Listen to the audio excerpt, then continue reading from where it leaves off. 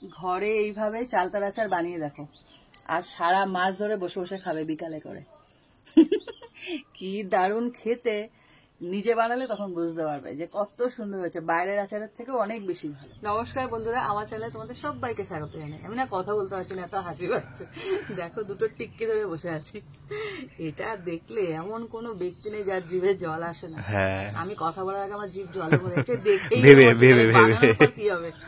বানাবো চালতার আচার, খুব সহজ, একদম ইজি। দেখো মানে কি বলবো, পর স্টেপ বাই স্টেপ দেখতে থাকো, তোমরাও বানিয়ে খেতে পারবে। তো চলো শুরু করা যায়। চালতাটাকে পুরো ধুয়ে একদম শুকনো কাপড়ে মুছে নিয়েছি, এটা না খুব স্লিপ খায়, তার জন্য শুকনো করে নিয়েছি।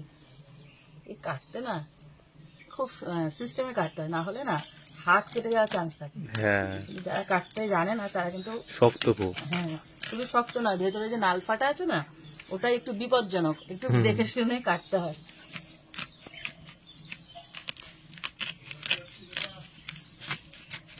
এই প্রথমে দুভাগ করে নিয়ে, এই যে ভেতরে যে এটা আছে, এই যে এইটাকে আলাদা করলেই ব্যাস, চালতা কাটা কোনো অসুবিধা নেই।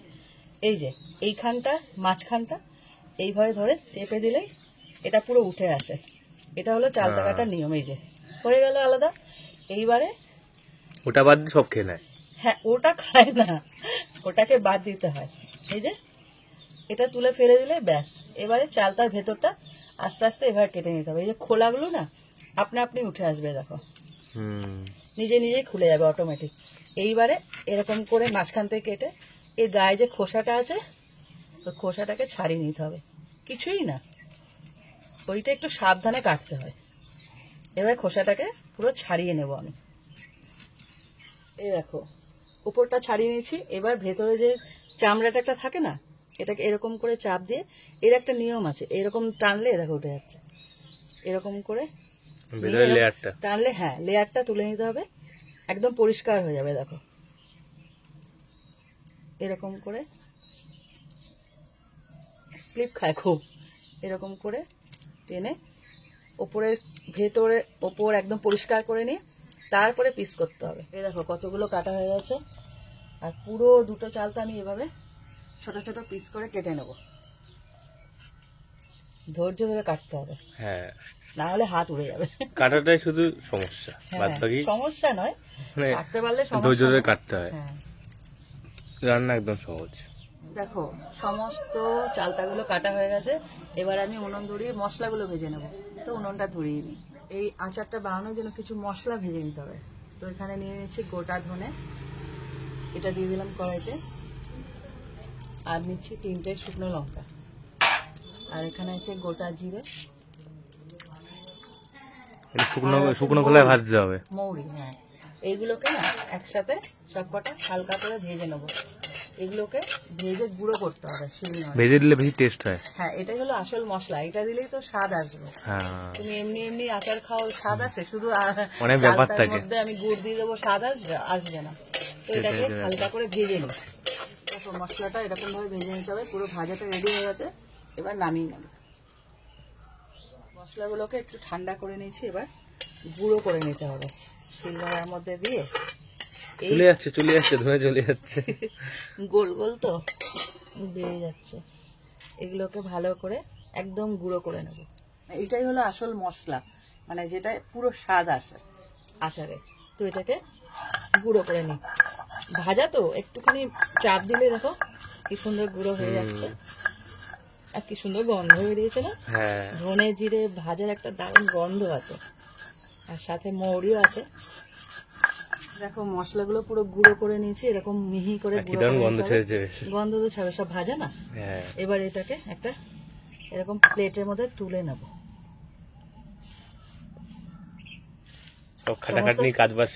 হ্যাঁ, মশলাটা হয়ে গেল। এইবার যে চালতাগুলো কেটে রেখেছি ওগুলোকে এক এক করে থেতো করে নিতে হবে। মানে কি বলতো, গোটা গোটা দিলে ভালো লাগবে না, মানে মশলাগুলো ঢুকবে না ওর মধ্যে, মশলা গুড়, তার জন্য এগুলোকে আমি থেতো করে নেব। এরকম এরকম নেব, আর একটা করে বাড়ি মারলেই থেতো হয়ে যাবে। দেখো এগুলো একটা একটা করে পুরো থেতো করে নিতে হবে, তবেই না খেয়ে মজা। দেখো সমস্ত চালটা আমি থেতো করে নিচে, দেখো কত চালটা হয়েছে। এই দেখো দুখানা চালটা থেতো করে কতটা হয়ে গেছে। এবার আমি কড়াই বসিয়ে শুরু করব। এখানে দুটো চালটা নিয়েছি, তার জন্য 500 গ্রাম ভেলি গুড় নিয়েছি। এবার দিয়ে দিচ্ছি কড়াইয়ের মধ্যে ভেলি গুড়টাকে, আর একটু জল দেব। এবার এই গুড়টাকে গলিয়ে নেব পুরো, যতক্ষণ না পুরো গলছে ততক্ষণ পর্যন্ত এটা আঁচে জাল দিতে হবে। এটা যেই তাপ পাবেন আস্তে আস্তে গুড়গুলো গলে যাবে, এরকম দলা থাকবে না। দেখো গুড়গুলো অনেকটাই গলে গেছে, আর একটুখানি আছে। এই তাপ পেতে পেতে আস্তে আস্তে পুরোটাই গলে যাবে। এবার যেই লিকুইড হয়ে যাবে, হ্যাঁ লিকুইড হয়ে যাবে, হ্যাঁ এটা লিকুইড হয়ে যাবে। এটা পুরোপুরি কি বলতো, যে আমরা যে গুড়ে মানে নাড়ুর যে পাক দিই সেই পাক দেবো না, মোটামুটি গলিয়েই তার মধ্যে আচার মানে চালটাটা দিয়ে দিতে হবে। তো দেখো অনেকটাই গলে এসেছে, আর একটুখানি বাকি। এটা পুরোপুরি গলিয়ে তারপরে করতে হবে। দেখো গুড়টা পুরোপুরি গলে গেছে। এবার এই অবস্থায় দিয়ে দেবো চালতাগুলোকে। চালতাগুলো দিয়ে চালতাগুলোকে সেদ্ধ করতে হবে এই গুড়ের মধ্যে, সেই টেস্ট হবে, খুব সুন্দর হবে। গন্ধ শুকে মনে হচ্ছে নাড়ু হচ্ছে, কিন্তু তাকালে মনে হচ্ছে আচার হচ্ছে। আচার বানানো কিছু না, একটু মশলাগুলোকে ঠিকঠাক দিতে হবে, হ্যাঁ, আর একটু মানে এরকম নেড়ে চেড়ে তৈরি করে নিতে হবে, আর কিছুই না। ফুলের আচার, আমের আচার, সব আচার একই পদ্ধতি, শুধু উপকরণটা আলাদা। এবার ওলট পালট করে পুরোপুরি এই চালতাগুলোকে সেদ্ধ করতে হবে, কেননা এর মধ্যে পুরোপুরি সেদ্ধ হয়ে যাবে, তারপরে মশলাগুলো অ্যাড হবে। এই দেখো অন্য কিছু তো জল টল দেওয়া যায় না, তার জন্য এই যে গুড়টা, এই গুড়ের পরিমাণটা সেভাবে নিতে হয়। এবার আমি দুটো চালতা নিয়েছি, 500 গ্রাম গুড় দিয়েছি। এবার যদি তোমরা একটা চালতা নাও তার হাফ গুড় মানে 250 গ্রাম গুড় দিয়ে করবে। হ্যাঁ, তো এই চালতাটা না আমার পাকা চালতা ছিল। এবার যদি তোমরা কাঁচা চালতা নাও তাহলে কিন্তু গুড়ের পরিমাণ আরেকটু বেড়ে যাবে। পাকা চালতা না একটু টকটা কম হয়, এই জন্য দুটো পাকা চালতা নিয়েছি। এবার যদি কাঁচা চালতা করতে চাও তাহলে গুড়ের পরিমাণটা আর একটু বাড়াতে হবে, নাহলে টক হয়ে যাবে বেশি। একটু মিষ্টি মিষ্টি একটু একটু টক ঠিক আছে, বেশি টক হলে তো ওটা মিষ্টি আচার ভালো লাগে না, তার জন্য গুড়টা সেভাবে নিতে হবে। তো আমি এটাকে পুরোপুরি সেদ্ধ করে নিই আগে, মানে ওলট পালট করে করে সেদ্ধ হয়ে যাবে।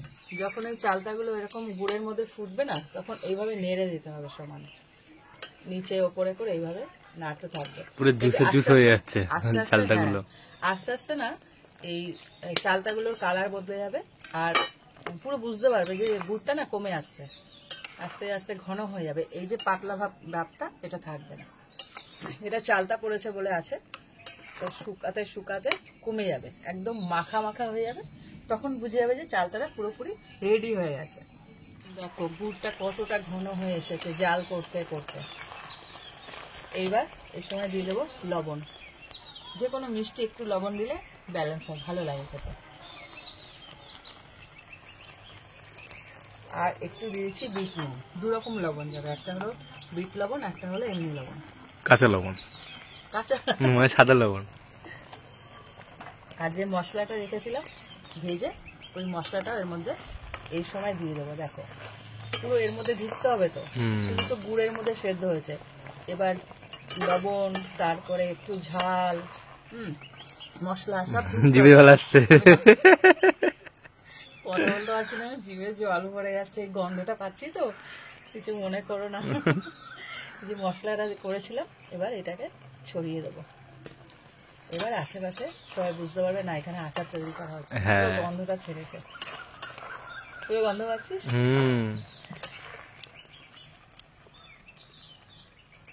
আর একটুখানি একটুখানি এটা অপশনাল, তবে দিয়েও ভালো লাগবে দেখতে, কাশ্মীরি লঙ্কা দিচ্ছি গুঁড়ো কালারের জন্য, একটুখানি, ব্যাস। এবার শুধু মেশাবো।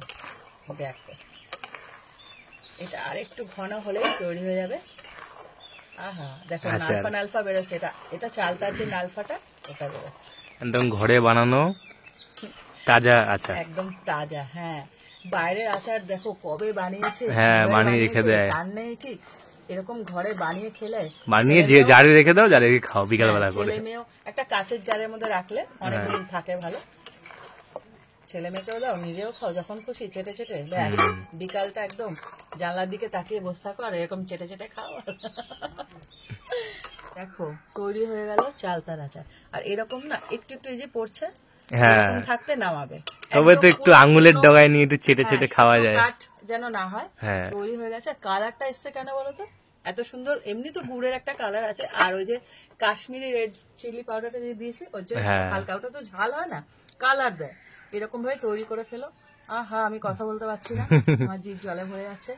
তৈরি করে জানলার সামনে বসে একটুখানি খেয়ে চেটে খেটে আমাকে কমেন্ট করো তো বসে বসে ফোনটা নিয়ে। ভালো লাগলে লাইক করো, আর এরকম আরো রেসিপি পেতে আমার চ্যানেলটা সাবস্ক্রাইব করে দিও। তো আজকের মতো টাটা। টাটা।